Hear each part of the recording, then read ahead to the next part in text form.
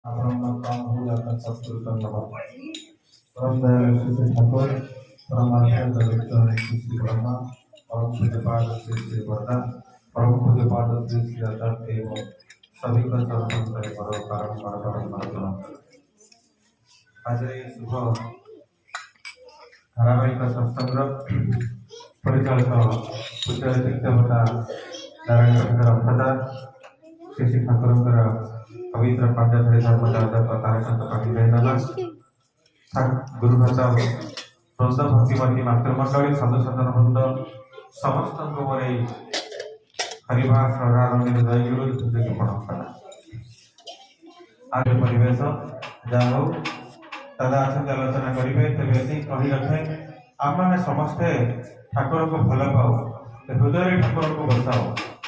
हृदय ठाकुर को बसाओ ताले हृदय को दबा पड़े जो मनीष हृदय दिए सी तो हृदय सिंहासन विराजमान करती से अनुभव कर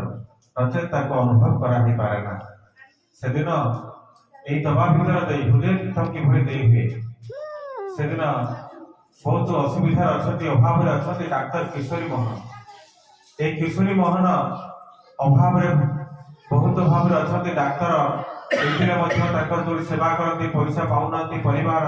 बहुत दुखरे चलुची अंतर भीतर से दिन ठाकुर को प्रार्थना कर समय ठाकुर तो पाक आसी ठाकुर तो कहते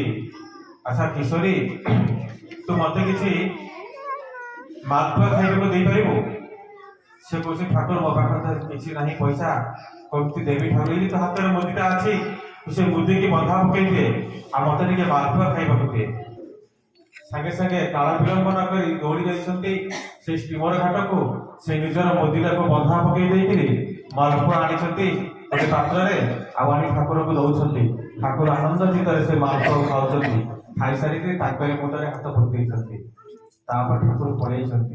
पलैगला देखा परदिन लोक डाकी डाकी दौरान पैसा जो जहाँ बाकी था सब लोग धीरे धीरे दौरान तुम कि डाक्टर सार आप पैसा बाकी था आप खराब हो अनेक दिन हो गला ये भाव में लोक नहीं चलती जो सेवा कर तुरंत पावनाटा पाँच एत पैसा हो सब अभाव दूरीभूत हो जाए से मुदिरा को मुकल अभाव रही कहबार कथा ये चिंता न कर मोर सुनी मो सुना मुदिरा एत पैसा हम से पैसा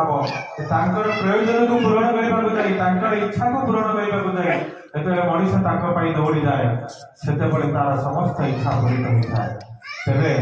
पार्थिव खबर आम से भुवनेश्वर से ठाकुर जन्म प्रणाम परमाराध्य जगत जननी शिष्य परम जन्म प्रणाम परम पूज्य पाद जुगाचार्य शिष्य बड़दन जन्म प्रणाम प्रणाम जनाए वर्तमान आचार्य शिष्य दानकर से पद पंकज धर्म प्रणाम प्रणाम जनाए इष्ट परिवार प्रत्येक सदस्य से पद पंकज तले तथा आज सांझ सत्संग पौरोहित्य महोदय श्री सत्संग पिपासु साधु सज्जन मंडली स्नेहमयी कल्याण में आदरण मातृपल स्नेहर टिकी टिकी पिला माने समस्त उद्देश्य मोर हृदय गभीरतम प्रदेश आनंदित जय गुरु ज्ञापन करुछि जा हो आम जानिले जे ए भद्रशय सत्संग केन्द्र जा हो खूब सुंदर भाव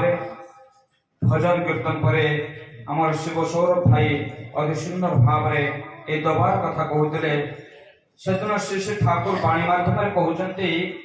अभाव जखन मारे छू जा पावे दिश पावे जू जेतेबेले ए मनुष्य भितर को दारिद्रता पशि आसे जेतेबेले मनुष्य भितर अभाव अनाटन देखा दिए से सेतेबेले ए अभाव अनाटन बंचिबा पई हुए तो आज पर्यंत ये कायदा कहीं शिखे नथिले जुग पुरुषोत्तम परम प्रेममय से ठाकुर तार अति सहज सरल कायदा शिखे दे गले जमीती तुम पकेट रे किछि पैसा थले ताको जदि बांटी दिया जाए ताहले तुम पकेट खाली हे जीवो सेमिति तुम भीतर जते दरिद्रता आसीबो जते अभाव अनाटन आसीबो ताको जदि बांटी दियो ताहले से अभाव अनाटन दारिद्रता मध्य सेठा लोक पाई जीवो ए जो दबार मनोभाव आमे माने पुराण शास्त्र उपनिषद बहु भाव शुणी किंतु श्री श्री ठाकुर ए दबार कायदा नहीं शिखाई गले जहाँकि आम मैंने कहते श्री श्री ठाकुर बाणी विपाक पछे हाथ धरी जे चलार कायदा शिखाई दिए तांकु ही जानिबो गुरु बोली तांकु धरिले भय न थाए। ये जो विपाक सब जो हाथ धरी चलार कायदा शिखाई दियंती से होचंती गुरु। सेदिन जन भाई टीए बहु अभाव से समय मैट्रिक पास कर सारी बहु अभाव भितर तार परिवार को से चढ़ी कर नहीं बहु दुख दैन्यता भितर से श्री श्री ठाकुर पाखक आसी और श्री श्री ठाकुर से खूब भल पाए हृदय से भल पाए से आज ठाकुर पाखे जीवन और दुख सब गाई जाऊँगी। श्री श्री ठाकुर से कहते आपण घर पाखे कौन कौन जिनिस सब खाली रे मिले कौन जिनिस तुमको किनिबा पाई पड़िबनी तुम आखपाख अंचल कौन अच्छी जहाँकि मनुष्य प्रयोजन थी तुमको किनिबा पड़िबनी से भली कौन जिनिस अच्छी से चिंता करी कहते ना ठाकुर मनुष्य प्रयोजन थी जिनिस सब गुड़ाक दाम दे किना जाए आम से अंचल कौन से खाली सिमती मिलला भाई कौन से जिनिस नहीं। श्री श्री ठाकुर इशारा दे कहते देख कौ पोखरी अमरी शाग कौ पोखरी माने सुन शाग जो ठाकुर भाषा कहते शाग सब कथा कहते ये सब कौन मिलबनी से भाई जन हाँ हाँ ये सब बहुत माने पोखरी मानक भर्ती कहले तोर प्रत्येक दिन कि शाग तोड़बू आउ पाखापाखि अंचल समस्त भाई आज जहाँ घर काली ता घर जीवनी तो पहर आउटडोर घर को भाव में तो रोटेशन कर समस्त घरे घरे नहीं से शाग पाचे पाचे दे आसबू से भाई जनक से ही प्रत्येक दिन किसी शाग तोड़ी दुई चार घर नहीं बांटी दे आसते जो शाग बांटा भितर जड़े भाई टे दुई चार थर शाग पाइला से पचार भाई आप जो शाग दे जाऊँच अनेक लोक दौरान पैसा नौना आप चलुं केमी से कहले शाग दबा भितर उपवास केवे केवे घंटे खाइले घंटे मिलूना दिने खाइले आम दुई दिन उपवास एमती रोचे आ शाग दबा पूर्व से होगा तेना शाग दबा भितर मोर क्षति कौन होई भाई जनक पचार तुम्हें तुम शिक्षागत योग्यता कौन तुम्हें कौन कौन जाच यही भितर ऑफिस रे गोटे चाकरी के व्यवस्था कर कहते आप गुरुदेव निर्देश अच्छे आप करूँ किंतु आप काली ठारू आम ऑफिस समय आप निजर ड्यूटी आरंभ कर दिंतु तत्पर भाई जनक कहते काली ठारू हेब ना मत टे समय दिंतु मुझे जीवी मो गुरुदेव पाखे यहाँ नवेदन कर आसिले मुझे सम्मति हेबी से ही आश्रम जाइए ठाकुर पाखे नवेदन करुँचे ठाकुर कहते यही जो मुझे अभाव जखन मारे चो जा पावे दिश पावे जो तेणु तोर से अभावटा ही तू बांटी देचु एबे तो पाखु स्वभाव भी फेरी आछे जाहो दादा अछंती जस्य प्रसादात् भगवत प्रसादो जस्य प्रसादात् गति कुतोपि ध्यानस्तुवं शक्ति संजन वंदे गुरु श्री चरणारविंदं परम दयाल परम प्रेममय श्री श्री ठाकुर श्रीपाद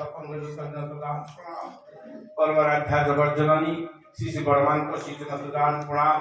परम पूज्यपाद बहुपाद श्री श्री बड़दान दान प्रणाम परम पूज्यपाद श्री श्री आकाश देव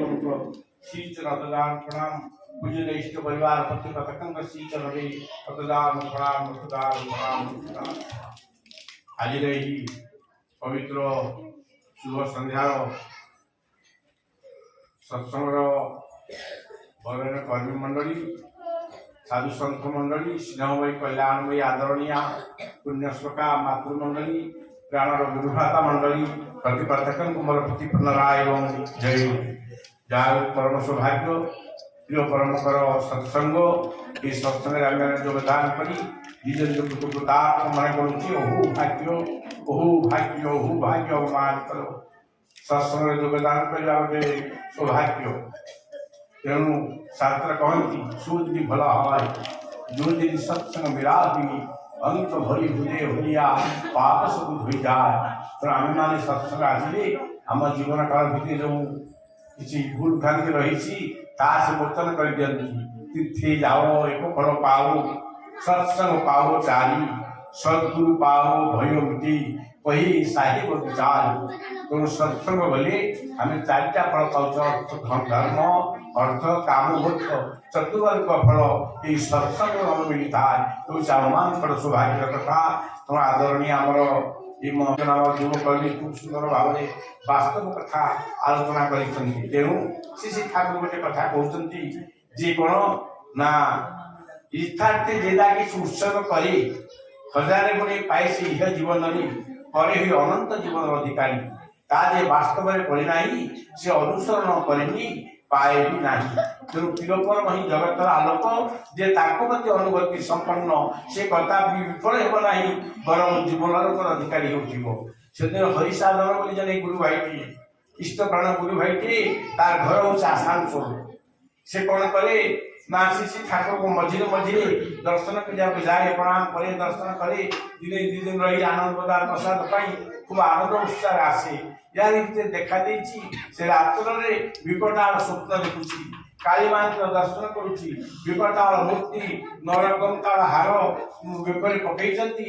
भयंकर शब्द से शुणुकी भयभीत होती अभाव परिशांत मन धर्म जिज्ञासा कर नतुवा प्रेरणा से जाइए एक प्रियपरम पाखक जनवाई प्रियपरम कषित प्रणाम कर ठाकुर बोली रात्रि मु विकटाल स्वप्न देखुची स्वप्न माँ काली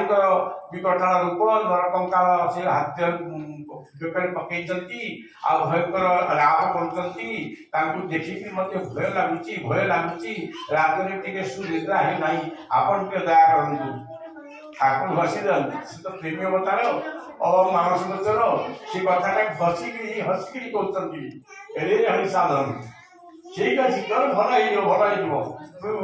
जिते आसबू ना तो बाड़ी जो कखार शाग एवं पैसा शाग कखार डंक कखार फूल तो बाड़ी जहाँ अच्छी दीटा दीटा आनी प्रत्येक सप्ताह जुटे जुटे परिवार आनी बड़ू पाखे कथाटा गुरुत्वपूर्ण किंतु ठाकुर हसी हसी कही तो गुरु आज्ञा को कथारे मंथन तो करी से हरिसाधन भाई जाइए घर को प्रति सप्ताह जुड़े जुड़े सद्य परिवा कंचा परिवा आनिकी से बड़ो पाखे दे दिखती बड़ बाबू पाखे दिखती श्री ठाकुर को दर्शन करती प्रणाम करती पुणी चली जाती जमी मसे काल गला श्री ठाकुर जो प्रणाम कर हरिसाधन भाई की चाहिए श्री ठाकुर बोलते रे हरिसाधन भाई कौन ए काली मां दर्शन होची ना नहीं सेदिन हरिसाधन भाई कहते ना ठाकुर मुझे आपण निर्देश पाइबा दिन ना मुझे विकटाल राव भयंकर मूर्ति नरकंकाल रूप ये देखा पाऊना ये हूँ आपण दया आपण दया आपण दया श्री ठाकुर निजे को बुझौ ना से कह जाने मुझे जाने तू जो बड़ो पाखे आनी सद्य परिवार दे दौर ना तादे से बड़ बोर आशीर्वाद सत्र ग्रह कटि जाऊँ मुझे जाने मुझे जाने ना ठाकुर निज को परिचय देउनथिबी केउ परमया ठाकुर आम मान साथी आम आम बुझी पारे से लघु धाई बुझे के जन से दिन ये जो परमदार लीला क्षेत्र देवघर चली देखागला कौन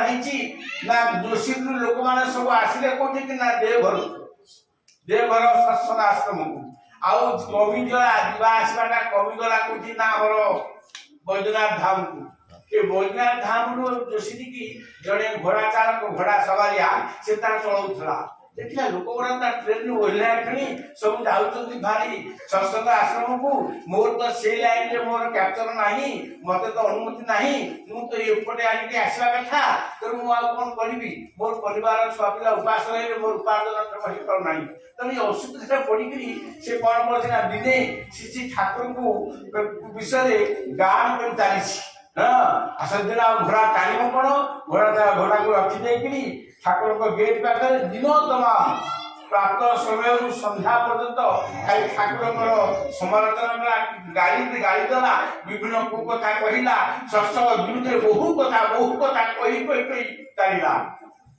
संध्या हो ଦୁଇ ହେଲା ଚୁଲି ଜଳିନି କଣ କରିବ ସୂର୍ଯ୍ୟାସ୍ତ ହେଇଯାଉଛି ଭାବୁଛି କଣ କରିବି ଏବେ ତ ଘରକୁ ଗଲେ ମୋର ଛୁଆ ମୋ ସ୍ତ୍ରୀ ମୋ ପାଖରେ ଆସି ଆପଣ ଦେଖୁନି ବାପା କଣ ଆଣିଛ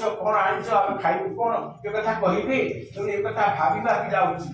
ସେତେବେଳେ ଦେଖାଗଲା ଶ୍ରୀ ଠାକୁରଙ୍କ ଏବାର ଗରିବ ଲୀଳା ଅତି ଚମତ୍କାର କୋଣ ଭାଗ୍ୟବାନ ଦେଖିବାର ପାଇବ ସେତେବେଳେ ଦେଖାଦେଇଛି କଣ ନା ଠାକୁର ଦି ଜଣଙ୍କ ହାତରେ 2 ବସ୍ତା ଡାଲି ଚାଉଳ ଚିନି ପରିବା ଇତ୍ୟାଦି ଯାହା ଯାହା ଘରର ଉପକରଣ ସବୁ ପରିବା ସହିତ 2 ବସ୍ତା ମାଲ ପଠେଇ ଦେଇଛନ୍ତି ତାଙ୍କ ଘରକୁ ସେ ଯାଇକି ଯେତେବେଳେ ତାଙ୍କ ଘରେ ଓଢେଇକି ଯେତେବେଳେ ସେ ଓଢେଇ ଦଉଛନ୍ତି ବହୁତ ତାକୁ କିଏ ଦେଇଛି ନା ମୁଁ ସେ ଆଶ୍ରମରୁ ଆଣିଛି ସେ ବୁଢା ବ୍ରାହ୍ମଣ ନାହାନ୍ତି ସେ ପଠେଇଲେ କରି ଦେଇ ଯାଅ ସେ ଯୋଉ ଘୋଡା ସାବରିଆ ବାବୁ ଅଛନ୍ତି ନା ତାଙ୍କରି ଘରେ ଦେଇ ଆସିବ ସେ ମୋର 2 ଦିନ ହେଲା ମୋର କାମ କରୁଛି ଦିନ ତମାମ କାମ କରୁଛି ତା ପରିବାର ଉପାସରେ ଅଛନ୍ତି ତାକୁ ଯାଇ ଦେଇ ଆସିବ ଏମାନେ ଯାଇକି ସେ ପରିବାର